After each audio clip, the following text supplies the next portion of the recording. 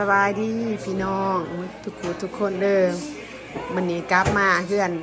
เอื่อยอีกคือเก่าเพื่อนบุญตักบาตรเพิ่นมามือก่อน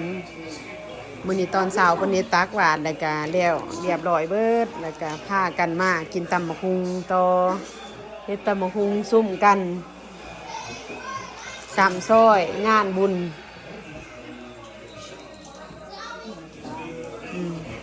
น้ำตาลแต่ว่านี่น้ำตาลวะเห็นเบิดทุกอย่างนะวะ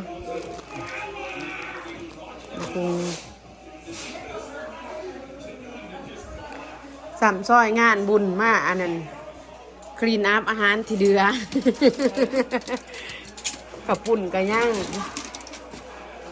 แกงหมักโตนแกงหมักโตนย่างหมอบักใหญ่แกงใส่เป็ดหมักโตนหอมแล้วก็ข้าวปุ้นบ้านไก่เงื่อนเคียงเข้ามาซุ่มกันกินจริงที่เดืออาหารเดือใส่บาตรมื้อเช้าพี่น้องเพิ่นก็มาหลายหัวมีหมูอังปิ้งเป็ดกันย่างอันนี้ขายดีอันนั้นได้นี่แกงขี้เด็กขายดีลาบปลาแหนมเขาสมยังอยู่หลายอย่างอยู่พี่น้อง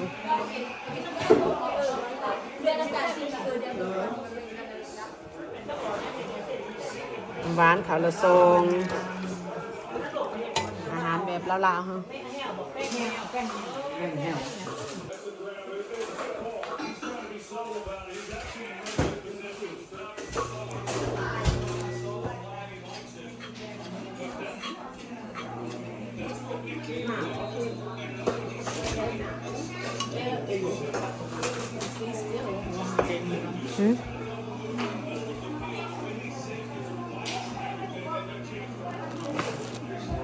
ตามกินกับข้าวปุ้นตามแบบลาวๆเด้อพี่น้องกินตำบักหุ่งน้ำกันเด้อสมเพชรนัวมะเพชรจากสวนเรายังอยู่เก็บมาแต่กรีนเฮาส์เพชรโอ๊กสี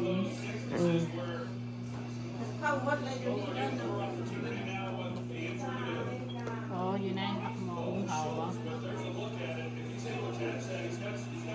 ใส่มังเลนน้อยมันยังเป็นน้ำจังแสบเนาะ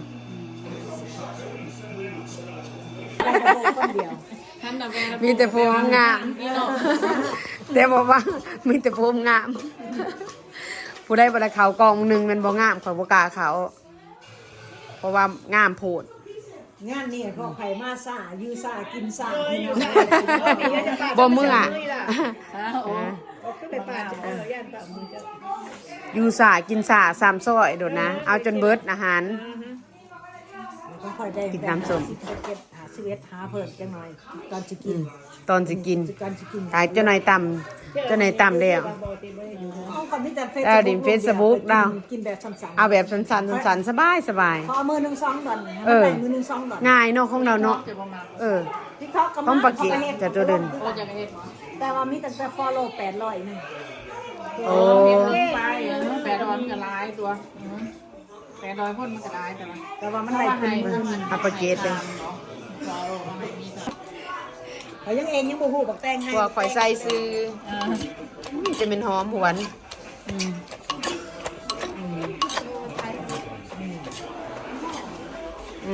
ผู้เหยาะเป็นเหยาะหาเหยาะใส่ทั้งหยวกหยวกจะหยวกแล้วก็จะดึงแตงให้นี่ได้อยู่ประมาณ1,500บักแตงให้สิได้อยู่ประมาณ31เซนแต่ละมื้อเฮาต้องให้มันจำเป็นนี่คือซอยนี่1,000 วิวนี่ว้าวได้5เส้นเข้าใจหน่อยโอ้มันแล้วแต่ว่าแล้วเรียบร้อยตำบักหุ่งมาบาดนี่ฝีมือไอ้มี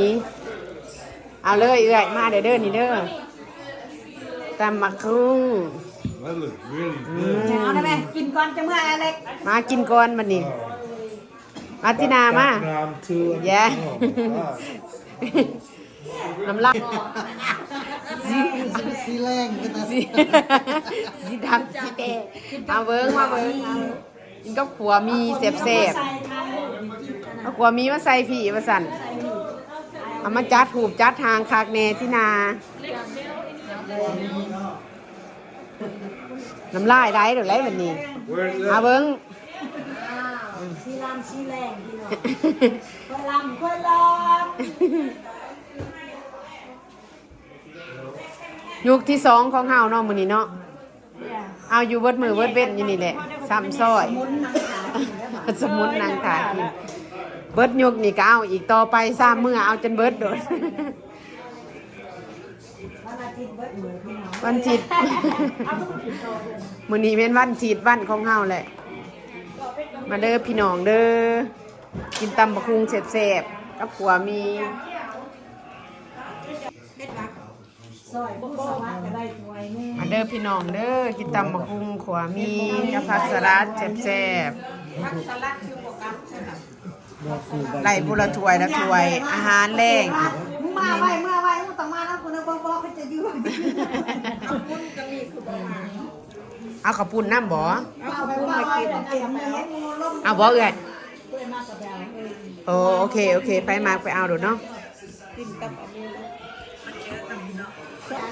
ไปเปิดตลาด ต้นอันนี้แล้วงามเราจะเป็นต้นอันนี้ ออกจากตลาดแล้วเราเราประวัติแต่สมัยตะกี้ต้นอายุยังหนุ่มยังหน่อย ตัวเองนะแต่การก็เราไม่เห็นว่าเป็นอย่างแบบเมื่อย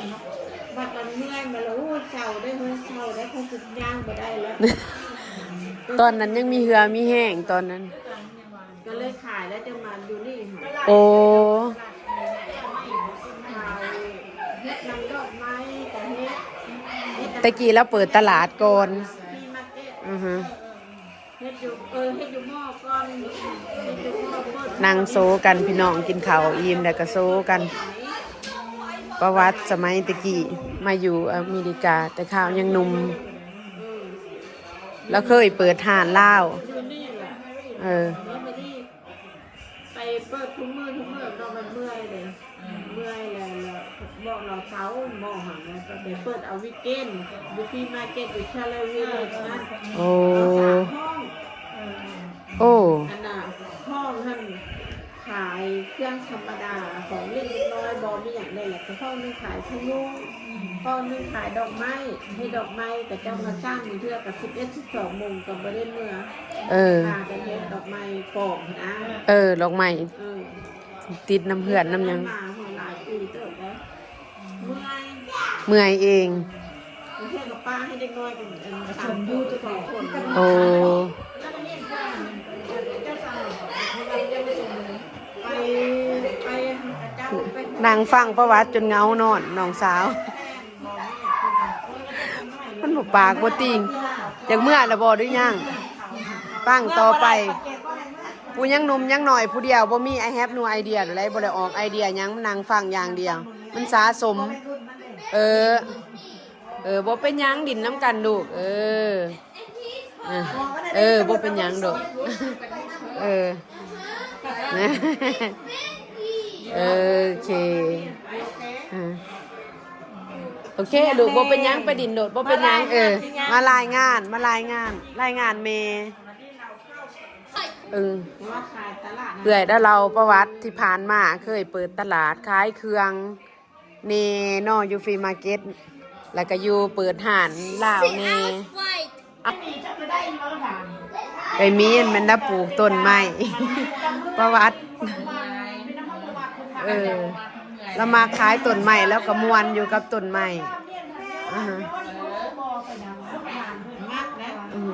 จะทำอะไรมากอันนี้ร้อนอย่างไรจะต้อง เนาะ ดูแล มากอยู่กับต้นไม้เห็นอันนี้ ลูกค้าแบบได้เขาเอา เราเรื่องแต่ละผู้แต่ละคน จำมันดิ เออ จะมากบ่ได้เห็น อยู่เบิดมือเบิดเว้นได้แล้วหันใ